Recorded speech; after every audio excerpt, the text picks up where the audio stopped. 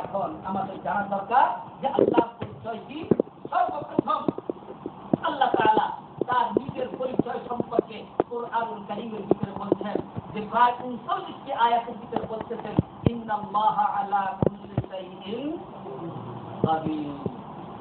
সকল বস্তুর উপরে আল্লাহ তাআলা ক্ষমতাবান, আল্লাহ সার্বভৌমত্ব প্রতিষ্ঠিত। তাহলে এই সকল ক্ষমতা কাকে বলে? তিনি নিজে সকল ক্ষমতার মালিক, সার্বভৌম ক্ষমতার মালিক।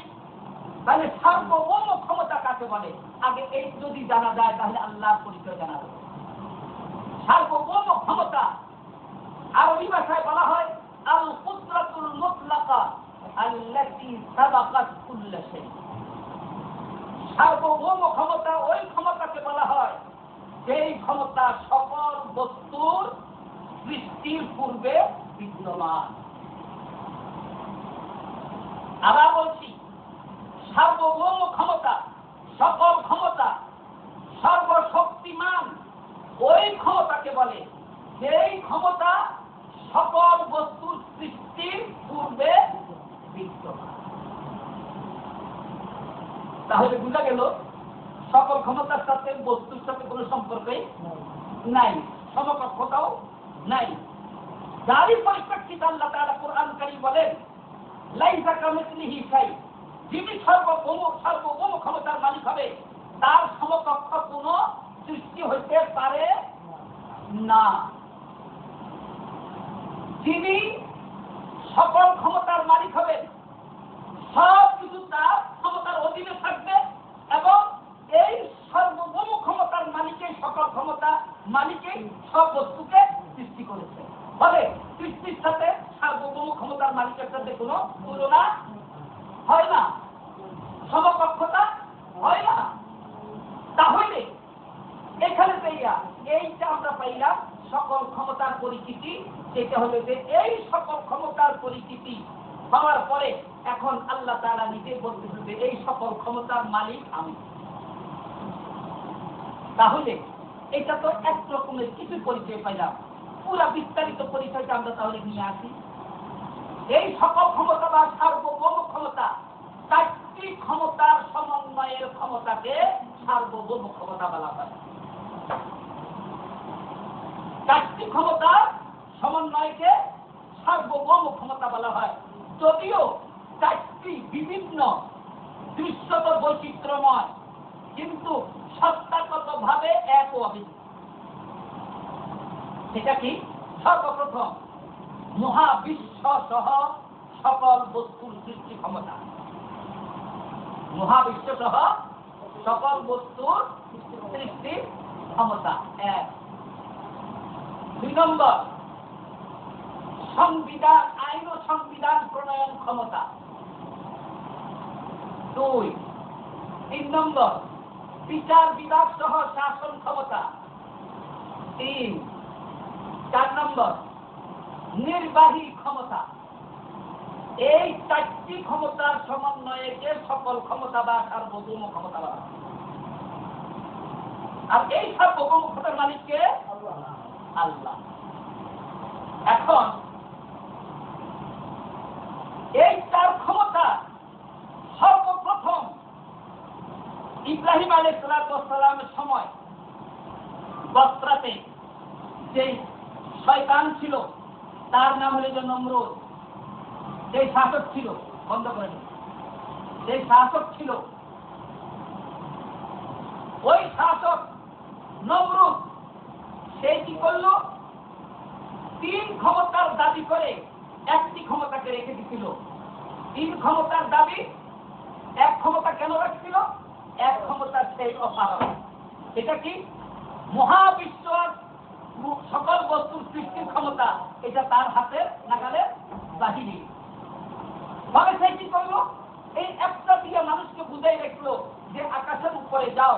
তারপরে বলবো নমরুদ আর ফেরাউনের সেই ঘটনা যে কি, যে বাকি 3টা সংবিধান প্রণয়ন ক্ষমতা, বিচার বিভাগ শাসন ক্ষমতা আর নির্বাহী ক্ষমতা, এই 3 ক্ষমতা পৃথিবীর ভিতরে আছে, হাতের নাগালের ভিতরে ছিল।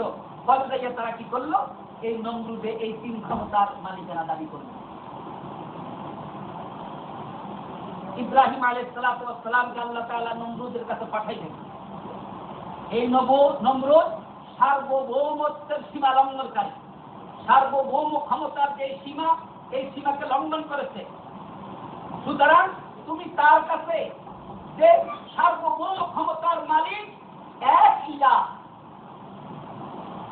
এই দাওয়াত দাও তাকে, কেন যেন সার্বভৌম ক্ষমতার মালিককে সে স্বীকার করে, সেই সার্বভৌম ক্ষমতার মালিক নয়। এক পর্যায়ে নমরুদকে আমি মাঝখান দিয়ে একটু সংক্ষিপ্ত করার জন্য নমরুদকে আগুনে জ্বালাইল। সার্বভৌম ক্ষমতার মালিক হইলে সেইটা তো আগুনের ক্ষমতার উপরও তার থাকবে, তাই না? আল্লাহ তাআলা নমরুদকে দেখাই দিলেন, হে নির্ভর, যে তুমি সার্বভৌম ক্ষমতার মালিক না। সার্বভৌম ক্ষমতার মালিক তো ওই ক্ষমতা যে 4টি ক্ষমতার উপরে, আর ওই 4টি ক্ষমতার ভিতরে বস্তু, আগুন একটা বস্তু, আগুনের উপরেও তো কর্তৃত্ব কার চলবে? সার্বভৌম ক্ষমতার মালিকের। আর তুমি নমরুদ যদি সার্বভৌম ক্ষমতার যদি মালিক যদি হইতে, তাহলে আগুনের উপরে তোমার কর্তৃত্ব থাকা উচিত ছিল। কিন্তু তোমার চোখের সামনে আঙ্গুল দিয়ে দেখাই দিতেছি আগুনের উপরে তোমার কর্তৃত্ব নাই। বলে আমি কি করলাম, যে তুমি দীর্ঘ কত মাস ধরে আগুন প্রজ্বলিত করে আমার প্রতিনিধিকে যে আমার কর্তৃত্ব পরিচালনা করার জন্য আমি পাঠাইছি, তুমি তাকে আগুনে নিক্ষেপ করছ। কিন্তু আগুনকে আমি বলে দিচ্ছি, ইয়া নারু কুনি বারদান ওয়া সালামান আলা ইব্রাহিম, হে আগুন তুমি শীততাপ নিয়ন্ত্রিত হয়ে যাও, ইব্রাহিমকে জ্বালাইও না। নমরুদ তুমি যদি সার্বভৌম ক্ষমতার মালিক যদি হইতে, তাহলে আগুনের উপরে কর্তৃত্ব তোমার থাকার কথা ছিল। কই আগুন তোমার কথা শুনলো না, শুনলো কার কথা? আমার কথা। তাহলে বুঝা গেল সার্বভৌম ক্ষমতার মালিক আমি, এবং এই ক্ষমতার উপরে কর্তৃত্ব কার? আমার, তোমার নয়। তারপরেও সে কি করলো না, বেকুব, নির্ভর, অজ্ঞ, জাহেল, আল্লাহর অভিশাপে অভিশপ্ত হয়ে বেঈমান হয়ে দুনিয়া থেকে সে চিরবিতাড়িত হল। নমরুদের পরে আসলো ফিরআউন মিশরে। সেই মিশরে আইসা যখন সে কি করলো, সেই কর্তৃত্বের দাবি করলো। বর্তমান বাংলাদেশ সহ সারা পৃথিবীতে যেরকম বাংলাদেশের সংসদালারা কর্তৃত্বের দাবি তাদের আছে, 3 ক্ষমতা। বাংলাদেশের মানুষ ভোটার নির্বাচনের মাধ্যমে যাদেরকে সংসদে পাঠায়, যেই কোনো ব্যক্তি যা সেখানে যাইয়া 3 ক্ষমতার মালিককে নমরুদের মতো, ফিরআউনের মতো এরাও। বাংলাদেশের সংবিধানের যে 7 অনুচ্ছেদের ভিত্তিতে লেখা আছে, সকল ক্ষমতার মালিক, সার্বভৌম ক্ষমতার মালিককে জনগণ। অর্থাৎ 3টি ক্ষমতা, একটা উপরে পারে না। বাকি যে নির্বাহী ক্ষমতা, সংবিধান প্রণয়ন ক্ষমতা, কুপুরি সংবিধান একটা লিখে বলেছে, ওই ক্ষমতার কারণে। এরপরে বিচার বিভাগ সহ শাসন ক্ষমতা, সেখানে যাইয়া ওই বিচার বিভাগ সহ শাসন ক্ষমতার মন্ত্রণালয় অলরেডি দখল করে আছে। আর নির্বাহী ক্ষমতা, সেখানে প্রেসিডেন্ট আর প্রধানমন্ত্রী ভাগ করে ধরে দিয়ে দিতে। সুতরাং নমরুদ, ফিরআউন বাংলাদেশের শাসন ব্যবস্থায় যারাই আছে একই শ্রেণীর, এক ও অভিন্ন। তারা সবাই সকল ক্ষমতার মালিকানা দাবি করতেছে আল্লাহর কাছে। ওই 3 ক্ষমতা আল্লাহ আজকে তারা নিজেরা দাবি করে। এখন ইসলামের নামে যাইয়া অনেকেই এই 3 ক্ষমতায়, সেখানে হিকমতের নামে যাইয়া আল্লাহ রাসূল কোন নবী হিকমতের নামে 3 ক্ষমতাকেও গ্রহণ করে নাই, বরঞ্চ আসতেছি আমরা সেখানে। ফলে যাইয়া ফিরআউন এটা দাবি করলো। দাবি করার পরে সর্বপ্রথম মূসাকে বললো, লাইন ইত্তাখাযতা ইলাহান গায়রি লা জাআলান্নাকা মিনাল মাসজুনিন। হে মূসা, তুমি যদি আমাকে ব্যতীত সার্বভৌম ক্ষমতার মালিক ইলাহ অন্য কাউকে যদি স্বীকার করো, অবশ্যই গ্রেফতার করে তোমাকে কারাগারে আবদ্ধ করা হবে। অর্থাৎ আল্লাহর পক্ষ থেকে দাওয়াত আসলে ওই একটাই শুনে, সেটা কি? লালগড়। তার কোনো কর্তৃত্ব নেই। আর আল্লাহ তাআলা কোরআন বলতেছেন সূরা মুলকের শুরুতে, তাবারাকাল্লাযী বিয়াদিহিল মুলক, বারাকাতময় ওই সত্তা যার হাতে কর্তৃত্ব, সকল কর্তৃত্ব। আল্লাযী খালাকাল মাউত ওয়াল হায়াত, তিনি জীবন এবং মৃত্যু সৃষ্টি করেছেন। লিয়াবলুয়াকুম আইয়ুকুম আহসানু আমালা, তোমাদেরকে পরীক্ষা করার জন্য কারা আল্লাহর সাথে ভালো কাজ করে আর কারা শয়তানের সাথে খারাপ কাজ, এই পরীক্ষা করার জন্য। বাদ দুইটি, একটি শয়তানের আর একটি যে আল্লাহ। সূরা বালাদের ভিতরে আল্লাহ তাআলা স্পষ্টভাবে ঘোষণা করেছেন, আমি আদমকে তার সন্তানদেরকে আমাদেরকে আমি দুটি পথ দেখাইছি ওয়াহাদাইনাহুম নাজদাইন। আমি কি তাদেরকে দুটি পথ দেখাই নাই? একটি শয়তানের কর্তৃত্বের পথ আর একটি আল্লাহর কর্তৃত্বের পথ। আল্লাহর সার্বভৌমত্বের অধীনে আল্লাহর কিতাবে কুরআনুল কারীমের মাধ্যমে তোমরা তোমাদের যে আল্লাহর কর্তৃত্ব মেনে জীবন পরিচালনা করার পর যাকে সিরাতে মুস্তাকিম বলা হয়, আল্লাহর দ্বীন ইসলাম বলা হয়।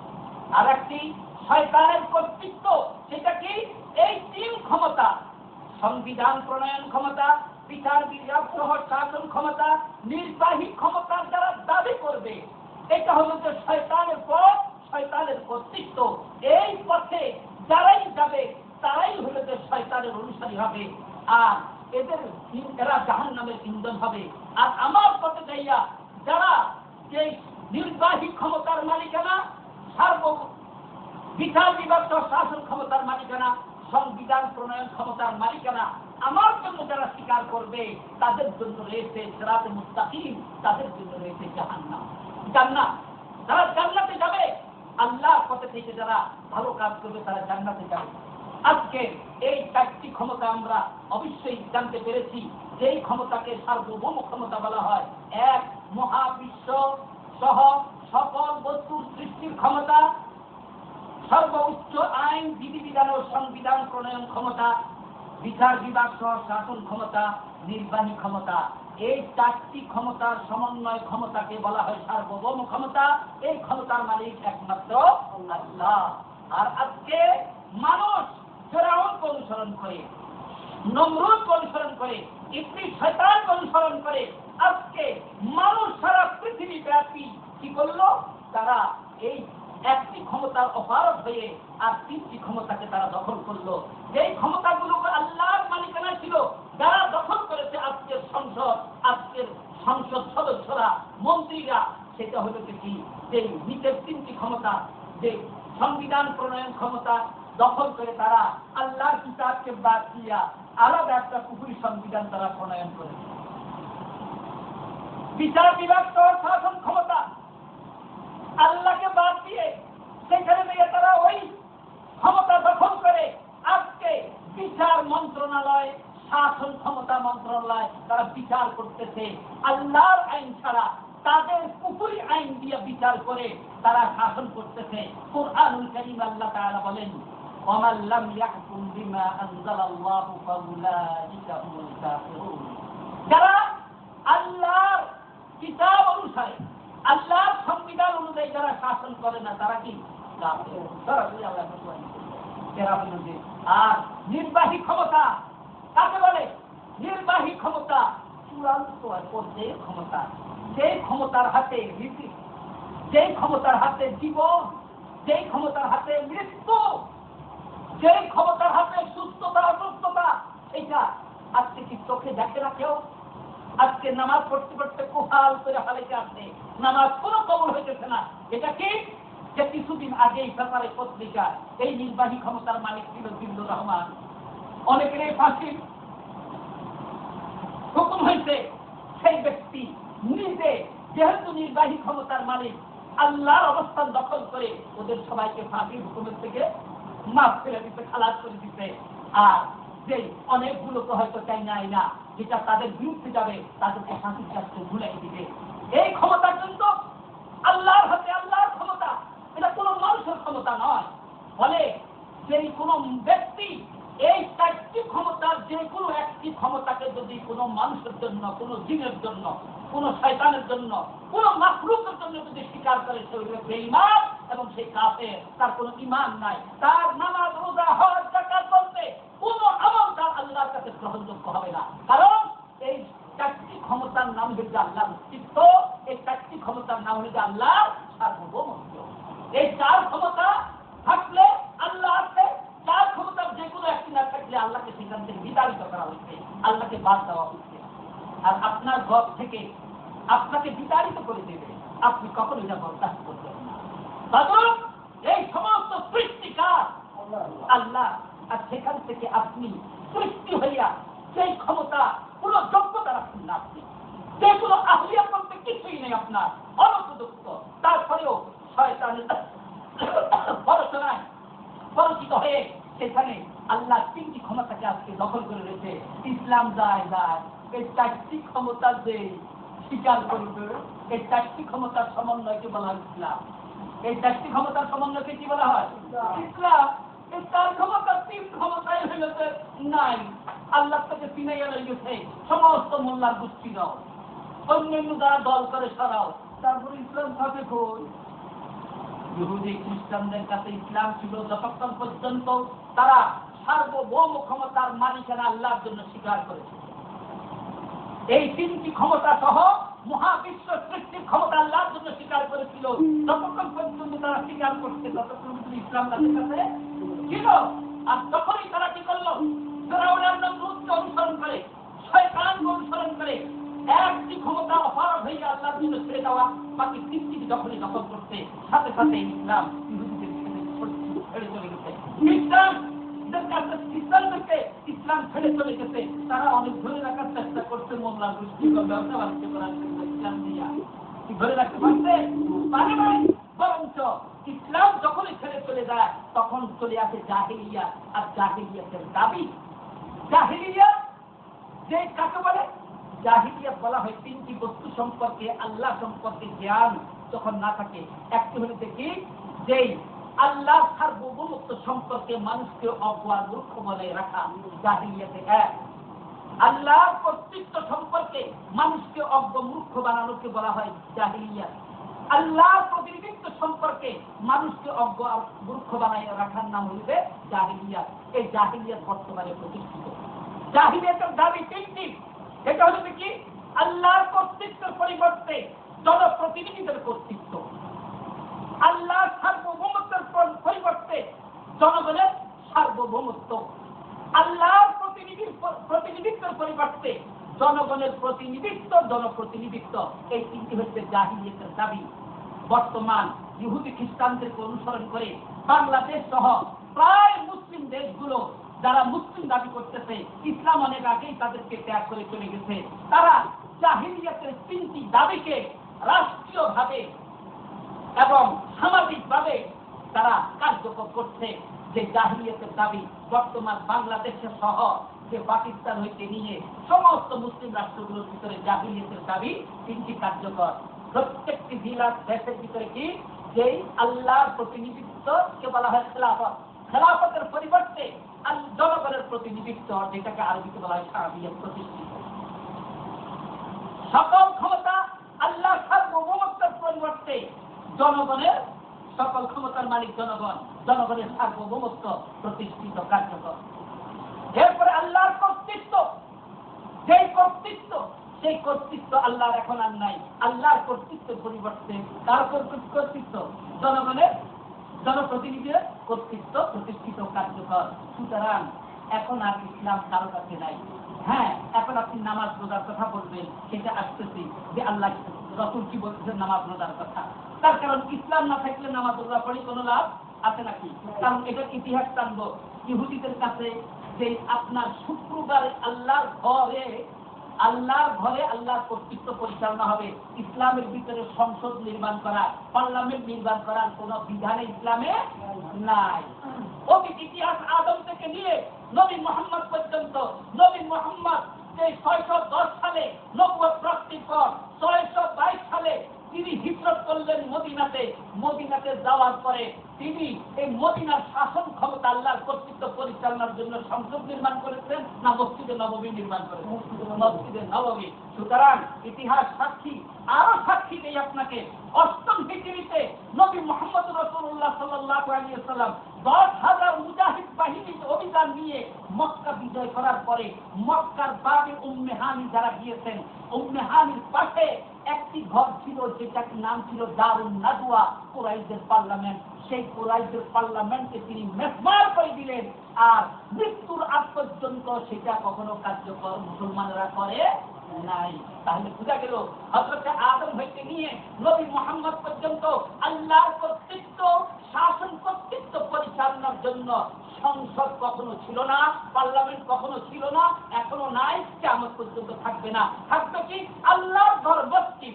এখন ইহুদিদের কাছে যখন ইসলাম ছিল, তাদেরকে আল্লাহ তাআলার যে প্রতিনিধি হিসাবে নবী আইসা তাদেরকে মাহবাদ, আমাদেরটার নাম হলো মসজিদ, তাদেরটার নাম মাহবাদ মসজিদও বলা হয়, অর্থাৎ সেখান থেকে আল্লাহর কর্তৃত্ব পরিচালনা করা হতো। সেই মাহবাদ শুক্রবারে সবাইকে মাহবাদে গিয়ে আল্লাহর কর্তৃত্ব আর আল্লাহর কিতাব সম্পর্কে আলোচনা শোনার জন্য ডাক দেওয়া হইতো। শনিবার সেই দিন নাম ছিল। কিন্তু ইহুদিদের থেকে যখন ইসলাম যখন তাদেরকে ছেড়ে চলে গেল, তারপরেও কি তারা সেই মাহবাদ বানানো থাকবে? এখনো তারা মাহবাদ বানাইতেছে। এখনো শনিবারে ইহুদিরা মাহবাদে যায় এবং সেইখানে তাদের বড় বড় আলেমেরা এখনো এমন ভাবে খুতবার বক্তব্য দেয়, আজকের আমাদের মুসলিমদের খতিবদের মতন চোখের পানি ফেলে গিয়া শেষ পর্যন্ত পকেটের থেকে মোটা অঙ্গের যে পাউন্ডের আর ডলারের বান্ডেল বাহির করে দিয়া কয় যে খতিব জাহুজুর আর একটা মাহবাদ বানানো। প্রশ্ন আমার, ওই ইহুদিদের কাছে যে ইসলাম তোমাদেরকে ছেড়ে চলে গেছে, পুনরায় আসার কোন সম্ভাবনা আছে কিনা? নাই। কারণ তোমরা যতক্ষণ পর্যন্ত আল্লাহর কর্তৃত্ব, আল্লাহ সার্বভৌমত্ব, আল্লাহ প্রতিনিধিত্বকে স্বীকার না করবে, ততক্ষণ ইসলাম তোমাদের কাছে ফিরে আসবে না। যতক্ষণ পর্যন্ত তোমরা আল্লাহর সার্বভৌমত্বের পরিবর্তে জনগণের সার্বভৌমত্ব, আল্লাহর কর্তৃত্বের পরিবর্তে জনগণের কর্তৃত্ব, আল্লাহর প্রতিনিধিত্বের পরিবর্তে জনগণের প্রতিনিধিত্বকে স্বীকার করে থাকবা, ততক্ষণ পর্যন্ত ইসলাম তোমাদের কাছে আসবে না। দুই, এরপরে আসলো খ্রিস্টানেরা। তাদের কাছে অনেক নবী আসছিল। এই ইহুদিরাই শেষ পর্যন্ত খ্রিস্টান হইতে ঈসা আলাইহিস সালামকে স্বীকার করার কারণে। কিন্তু ইতিহাস কোরআন সাক্ষী, প্রায় 1000 নবীকে ইহুদিদের আলেমেরা কারণ শাসক ছিল। তারা কোন জাহিলরা কখনো শাসক হয় না, কিন্তু গণতন্ত্র পদ্ধতিতে শাসকরা জাহিল হয়, মূর্খ হয়। তখনকার যুগের শাসকরা আলেম ছিল। আল্লাহ তাআলা কোরআনও স্বীকার করতেন, বড় বড় আলেম ছিল তারা। জ্ঞানী ব্যক্তি জানে যে কিভাবে কোন দিকে ঘুরে গিয়ে তার স্বার্থ রক্ষা হইব, নয় ছয় করতে হইব। এই মূর্খ মানুষে পারে না। জ্ঞানীরাই নয় ছয় করার অবস্থা বলে যাইয়া ইহুদিদের আহবার আর রুহবান, সূরা তাওবা 31 নম্বর আয়াতে আল্লাহ তাআলা বলেন, এরা এই শেষ পর্যন্ত কি করলো? প্রায় 1000 নবীকে তারা হত্যা করেছে। সাধুদের অপরাধ কি ছিল? তাদের অপরাধ ছিল শুধু এইটা, সেই এরা বলে যে আল্লাহই আমাদের রব, একমাত্র কর্তৃত্বের মালিককে আল্লাহ, সার্বভৌমত্বের মালিককে আল্লাহ, প্রতিনিধিত্বের মালিককে আল্লাহ। এই 3টা স্লোগান তাদের অপরাধ ছিল, আর কিছুই তাদের অপরাধ ছিল না। প্রায় 1000 নবীকে ইহুদিদের আলেমার বড় বড় পীর মাশায়েখরা ফতোয়া দিয়ে তখন তাদেরকে ফাঁসির কাস্টে ঝুলাই হত্যা করে। শেষ হযরত জাকারিয়া আলাইহিস সালামকে হত্যা করা হলো, ওনার ছেলে ইয়াহইয়া আলাইহিস সালামকে ফাঁসির কাস্টে ঝুলিয়ে হত্যা করা হলো। তারই খালাতো ভাই সেটা হলো হযরত ঈসা ইবনে মারইয়ামের ছেলে মাসিহ ঈসা আলাইহিস সালাম। সেই ঈসা আলাইহিস সালাম তাকেও একই কারণে হত্যা করার ষড়যন্ত্র যখন করা হয়েছিল, আল্লাহ তাআলা সেখান থেকে উঠাই দিলেন। প্রায় 570 বছর পরে আবার পুনরায় আল্লাহ তাআলার রহমত হলো পৃথিবীর প্রতি। তিনি শেষ পর্যন্ত শেষ নবী, শেষ প্রতিনিধি নবী মুহাম্মদ রাসূলুল্লাহ সাল্লাল্লাহু আলাইহি ওয়াসাল্লামকে পুনরায় একই স্লোগান দিয়ে, একই দাওয়াত দিয়ে, একই বাক্য কালেমার দাওয়াত দিয়ে তিনি পাঠালেন। সেই কালেমা হচ্ছে কি লা ইলাহা ইল্লাল্লাহ, অর্থাৎ আরবের সর্বময় ক্ষমতার উপরে নিরঙ্কুশ, একক নিরঙ্কুশ কর্তৃত্বের মালিক আল্লাহ ব্যতীত আর কোন ইলাহ, রব, মাবুদ নাই। এই ঘোষণা নিয়ে তিনি আসলেন। শেষ পর্যন্ত কি হলো? সেই 622 সালে হিজরতের 2.5 মাস পূর্বে এই দাওয়াত দেওয়ার কারণে নবী মুহাম্মদকে কুরাইশদের পার্লামেন্টের দারুন নাদওয়া রাষ্ট্রদ্রোহিতার, ধর্মদ্রোহিতার অভিযোগ এনে তাকে হত্যা করার চূড়ান্ত সিদ্ধান্ত নেওয়া হলো সকালবেলা অধিবেশনে। ফলে আল্লাহ তাআলা কি করলেন? জিবরাইলের মারফতে এনে তাকে খবর দিলেন যে আপনি বের হয়ে যান, অর্থাৎ হিজরত করুন। হিজরতের মাধ্যমে শেষ নবী মুহাম্মদ রাসূলুল্লাহকে আল্লাহ তাআলা নিরাপত্তা বিধান করলেন। সেখানে যাইয়া তার কালিমা ছিল লা ইলাহা ইল্লাল্লাহ, অর্থাৎ আল্লাহর কর্তৃত্ব, আল্লাহর সার্বভৌমত্ব, আর আমি আল্লাহর প্রতিনিধিত্বকারী নবী মুহাম্মদ ঘোষণা দিচ্ছি যে আরবে অর্থাৎ রাষ্ট্রে সর্বময় ক্ষমতার উপরে একক ও নিরঙ্কুশ কর্তৃত্বের মালিক আল্লাহ ব্যতীত তোমাদের আর কোন ইলাহ রব মাবুদ নাই। এই ঘোষণা যারা দিবে, লা ইলাহা ইল্লাল্লাহ বলবে, সাথে সাথে তাদের অতীতের সমস্ত গুনাহ আল্লাহ তাআলা ক্ষমা করবেন। এই অবস্থাতে যদি মৃত্যুবরণ করে তাহলে সরাসরি সে ঈমানের উপরে মৃত্যুবরণ করবে, সরাসরি জান্নাতে প্রবেশ করবে। আল্লাহর প্রতিশ্রুতি, আল্লাহর রাসূলের ওয়াদা, আল্লাহর ওয়াদা হলো যে এটা আজকে আল্লাহর রাসূল ঘোষণা করেছেন ইসলাম কায়েম করার পর যে চারটি কর্মসূচির মাধ্যমে আল্লাহ রাসূল ইসলাম কায়েম করেছেন।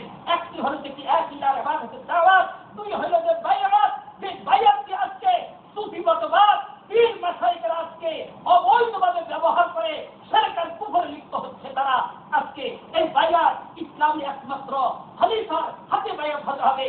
আর এই বায়াতকে বলা হয় আল্লাহর সাথে, আল্লাহর বান্দার সাথে খলিফার নেতৃত্বে যে চুক্তিটি হয় সেই চুক্তিটিকে আরবিতে বলা হয় বায়াত। এই বায়াত আর 2-3 নম্বর হচ্ছে হিজরত। হিজরতের অর্থ কি?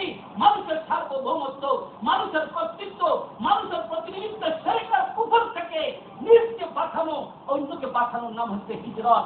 এরপরে হচ্ছে কি জিহাদ, অর্থাৎ যারা এই পৃথিবীতে আল্লাহর কর্তৃত্বকে দখল করবে, আল্লাহর সার্বভৌমত্ব দখল দাবি করবে, আল্লাহর প্রতিনিধিত্বকে বাদ দিয়া তার জনপ্রতিনিধিত্বের দ্বারা শিরক আর কুফরের দাবি করবে, তাদেরকে চিরতরে নির্মূল করার, উৎখাত করার জন্য আল্লাহর সার্বভৌমত্ব, আল্লাহর কালিমা লা ইলাহা ইল্লাল্লাহকে সর্বোচ্চ স্থানে ধরে রাখার জন্য, যে এই কালিমাকে প্রতিষ্ঠার জন্য যারা নিজের জান দিবে, মাল দিবে, তাদের জন্য হলো যে আল্লাহ তাআলা জান্নাত রেখেছেন। এটাকে বলা হয় জিহাদ আর কিতাল।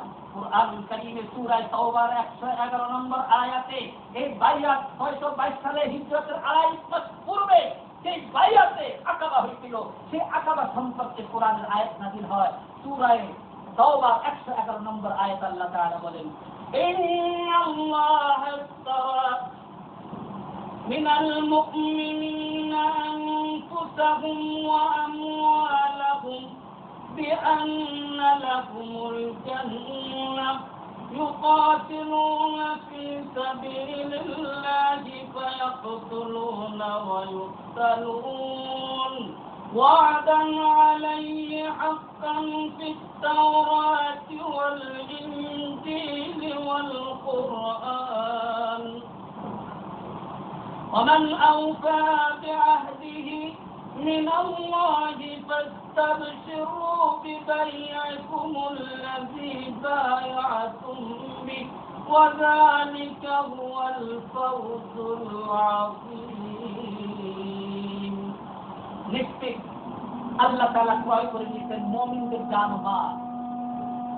মুমিনরা বায়াত করেছে, আল্লাহর সাথে চুক্তিবদ্ধ হয়েছে, আল্লাহর সর্বোচ্চ কালিমা লা ইলাহা ইল্লাল্লাহ, অর্থাৎ এই জমিনে, এই রাষ্ট্রে, এই দেশে আল্লাহর কালিমা, আল্লাহর সার্বভৌমত্ব, আল্লাহর কর্তৃত্ব, আল্লাহর প্রতিনিধিত্বকে প্রতিষ্ঠা করার জন্য যে যারা এটাকে তাদের জান ও মাল আল্লাহর সাথে তারা চুক্তিবদ্ধ হয়েছে, আল্লাহ তাআলা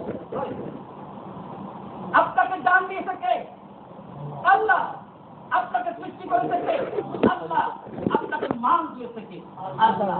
আপনার থেকে অনেক বুদ্ধিমান আছে, অনেক শিক্ষিত আছে, আপনার কাছে যত মান আছে তাতে কোনো মান নেই। বুঝা গেল? আল্লাহ তাআলা অসীম রহমতে আপনার জান, মাল, অর্থ, সম্পদ, জীবন, জীবিকা সব কিছু আল্লাহ এই আল্লাহ প্রদত্ত জান, মাল আপনার থেকে আল্লাহ তাআলা ক্রয় করে নিয়েছে। কিসের বিনিময়ে? জান্নাতের। আর আপনাকে কি করতে হবে?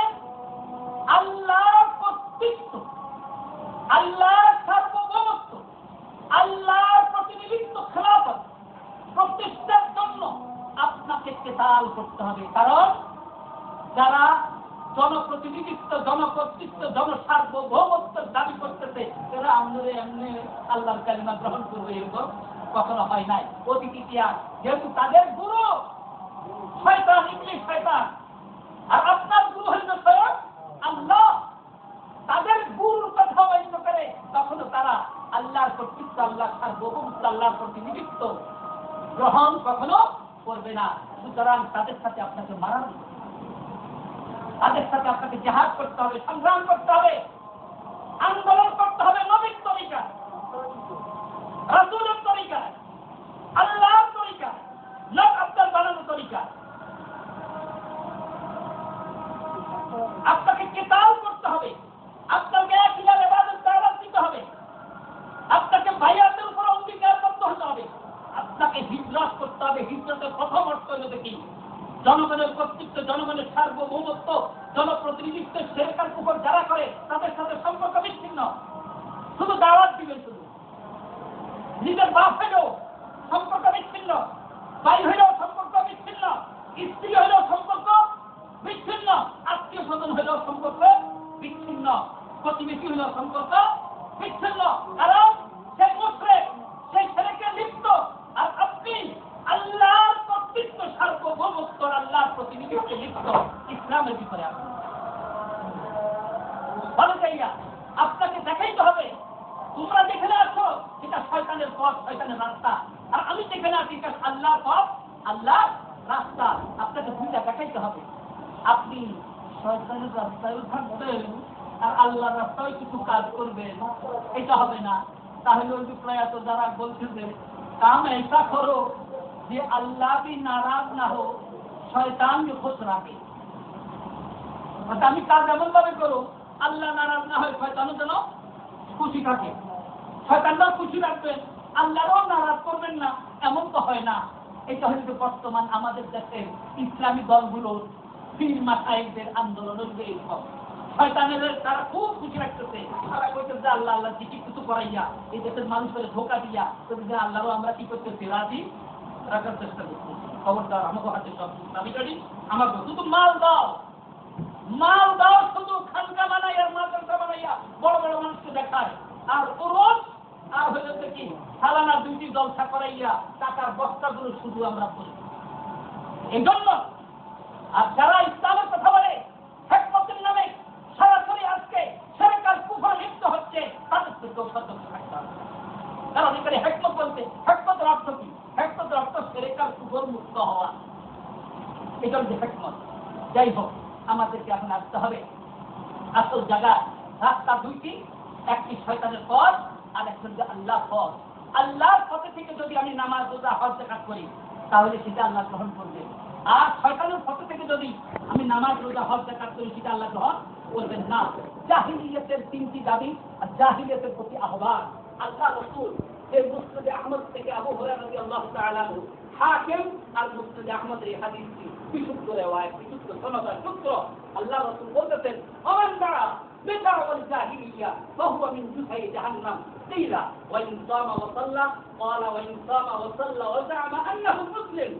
রাসূলকে জিজ্ঞাসা করা হলো, রাসূল বলেন যে ব্যক্তি জাহিলিয়াতের দাবির প্রতি আহ্বান দিবে, দাওয়াত করবে, সে জাহান্নামের ইন্ধন হবে, জ্বালানি হবে। সাহাবা কেরামের মধ্যে জিজ্ঞাসা করল, ইয়া রাসূলুল্লাহ, হে আল্লাহর রাসূল, যদি সে নামাজ পড়ে রোজা রাখে, আমাদের নামাজ রোজা হলে সব কিছু আমার মানে ছেড়ে সব না, শুধু দাওয়াত দিতেছে, এখনো সেই ছেড়ে কুকুর করে নাই, ছেড়ে কুকুর সে দাওয়াত দিতেছে। বলছি যে যে ব্যক্তি জাহিলিয়াতের তিনটি দাবি, অর্থাৎ জনগণের কর্তৃত্ব, জনগণের সার্বভৌমত্ব, জনগণের প্রতিনিধিত্ব, এটা জাহিলিয়াত, এই জাহিলিয়াতের তিনটি দাবির প্রতি যে আহ্বান করবে সে জাহান্নামের ইন্ধন হবে। বলা হইল, হে আল্লাহর রাসূল, যদি নামাজ পড়ি, রোজা রাখি, যদি জাহিলিয়াতের প্রতি যদি দাওয়াত দেয়, যেমন তবলিগের আগে কোনো খবর নাই, বিভিন্ন রকমের দাওয়াত দেয়, ঠিক আছে, সরাসরি ইসলামী দল যারা রাজনীতি করে এরা জাহিলিয়াতের ভিতরে লিপ্ত, সরকার কুফরের ভিতরে লিপ্ত, এরা জাহিলিয়াতের সরাসরি দাওয়াত দেয়। আর কিছু আছে দল সরাসরি জাহিলিয়াতের দাওয়াত দেয় না, কিন্তু সমর্থন করে, মানুষকে উদান দিয়ে দেয়, কত উৎসাহিত করে, ঠিক আছে। এখন হইল দেখি, যদি এরা যদি নামাজ পড়ে কুফরের ভিতরে দাগ লাগাই ফেলছে, একদম সপ্তাহে 3 রোজা সব করে, বলছে যে নামাজ পড়লে, রোজা রাখার পরও যদি জাহিলিয়াতের দাবির প্রতি যদি সে দাওয়াত দেয়, তবলিগ করে, আহ্বান জানায়, তাহলে সেই জাহান্নামের ইন্ধন তো হবে। যদি সেই মুসলিম হওয়ার দাবি করে, সেটা তার মিথ্যা, হয়তো প্রমাণিত, তারপরে সেই জাহান্নামের ইন্ধন, সে মুসলিম নয়। কোরআনে কথা বলছে, সেই মুনাফিক হওয়ার কারণে আল্লাহ তাআলা কোরআনুল কারীমে সূরা বাকারা বলছে, ওমা হুম বিমুমিনিন, তারা মুমিন নয়, কারণ তারা ইউখাদিউন আল্লাহ ওয়াল্লাযীনা আমানু ওয়া মা ইয়াখদাউনা ইল্লা আনফুসাহুম তারা নিজেরা কি করে অন্যদেরকে ধোঁকা দেয়, আল্লাহকে ধোঁকা দেয়, রাসূলকে ধোঁকা দেয়, মুমিনকে ধোঁকা দেয়, অথচ তারা নিজেরাই যে ধোঁকা খেতে দেয় কিন্তু কোনো কিছু তাদের নাই। আসল যে এখন জাহিলিয়াত এবং জাহিলিয়াতের তিনটি দাবি প্রতিষ্ঠিত, ইসলাম কারোর কাছে নাই। হ্যাঁ, ওই ব্যক্তির কাছে শুধু ইসলাম আছে বা থাকবে মৃত্যুর আগ পর্যন্ত, যে ব্যক্তি আল্লাহর কর্তৃত্ব, আল্লাহর সার্বভৌমত্ব, আল্লাহর প্রতিনিধিত্বের চিন্তা চেতনা নিয়ে মৃত্যুবরণ করবে ঠিক মাত্র।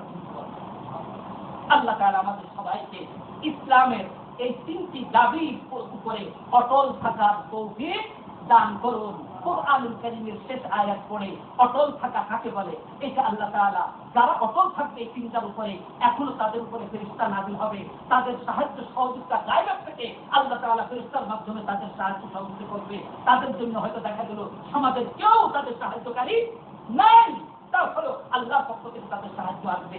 দুনিয়ায় তাদের বিরুদ্ধে চলে গেল, তারপরও তার পক্ষে আল্লাহর সাহায্যকারী থাকবে। আল্লাহ তাআলা এর মর্মে বলতেছেন, ইন্নাল্লাযীনা ক্বালু রাব্বুনাল্লাহ, নিশ্চিত যারা বলে আল্লাহই আমাদের একমাত্র রব, অর্থাৎ বাংলাদেশে সর্বময় ক্ষমতার উপরে একক নিরঙ্কুশ কর্তৃত্বের মালিক আল্লাহ ব্যতীত আর আমাদের কোন রব নাই, একমাত্র রব যে আল্লাহ, এইটার যারা বলে সাথে সাথে সুম্মাস তাকামের উপরে অটল থাকতে, অবিচল থাকছে।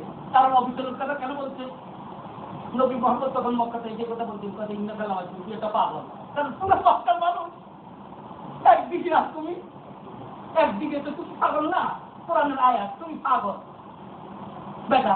এমন একটা কথা তুমি দুটো সমাধি খা, একটু সাজাই দিতে আমাদের লড়বে কর যে এটা তো কেউ খাইব না, তুই একটু কিছু মধু মিষ্টি চিনি কোনটা হইলো দেখি ওই আমাদের কি একটা কোম্পানির নাম কিনা, এটার নাম বনফুল কোম্পানির কিছু মিষ্টি, মধুমিতার কিছু মিষ্টি, তারপর তানমিয়ার খলরিস, কিছু কিছু মিষ্টি মিষ্টি লাগাই যদি না দেয় সমাজে না খাইলে কথাটা কেমনে করে? রাসূলুল্লাহ এরকম কথা কইছিল। আল্লাহ তাআলা কোরআনুল কারীমে স্পষ্ট করে বলছে যে যারা কুপ্রবৃত্তি খায় এদের অনুসরণ যদি করো তাহলে কোনো কাজই আসবে, তুমি অটল থাকতে হবে, সুন্নাত তাকাম, অবিচল থাকতে হবে। কর্তৃত্ব সার্বভৌমত্ব প্রতিনিধিত্ব কার? আল্লাহ, জনগণের কিছু না। আপনি যখন অটল থাকবেন, আল্লাহর কাছে নামাজের মাধ্যমে সাহায্য চাইবেন, হেদায়েত প্রাপ্ত হবেন, সাথে সাথে ফেরেশতা আপনার কাছে একটা মনের সান্ত্বনা দিবে। দেখো কেউ তোমার সাথে নাই, ঘরেও নাই, বাহিরেও নাই, তুমি একা নও। ফেরেশতা আইছে, দুঃখ বেদনা করিও না, চিন্তিত হইও না। আল্লাহ তাখাফু, ভয় করো না, আল্লাহ তাহজানু, দুঃখ করো না, ওয়া আবশিরু, এবং সুসংবাদ গ্রহণ করো যেই জান্নাতের প্রতিশ্রুতি ওয়াদা আল্লাহ তোমাদের। নাহনু আউলিয়াকুম ফিল হায়াতিদ দুনিয়া ফিল আখিরাহ।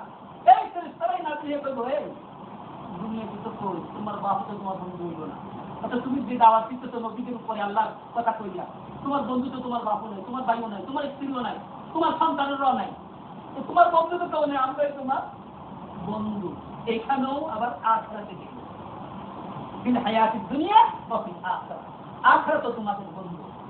ওয়ালাকুম ফিহা মা তাস্তাহি আনফুসুকুম, এই দাওয়াত দেওয়ার কারণে অনেক কিছু ত্যাগ করতে হইতেছে না, বালা জিনিস কিনে খাইবার পকেটে পয়সা নেই অনেক সময়, তারপর সব তো তাগুতের শুধু আছে। তোমার হয়তো মনে চাইতেছিল অনেক কিছু, তুমি হয়তো চলতেছ, রিক্সার পয়সা নেই, বা রিক্সা দিয়ে চলতেছে, একটা গাড়ি নেই, তো কষ্ট না তোমার? তাহলে দুনিয়াতে তো সব কিছু পাইতেছো না, কার কারণে? আল্লাহর প্রতি ঈমান আনার কারণে। তাহলে তুমি কি করো?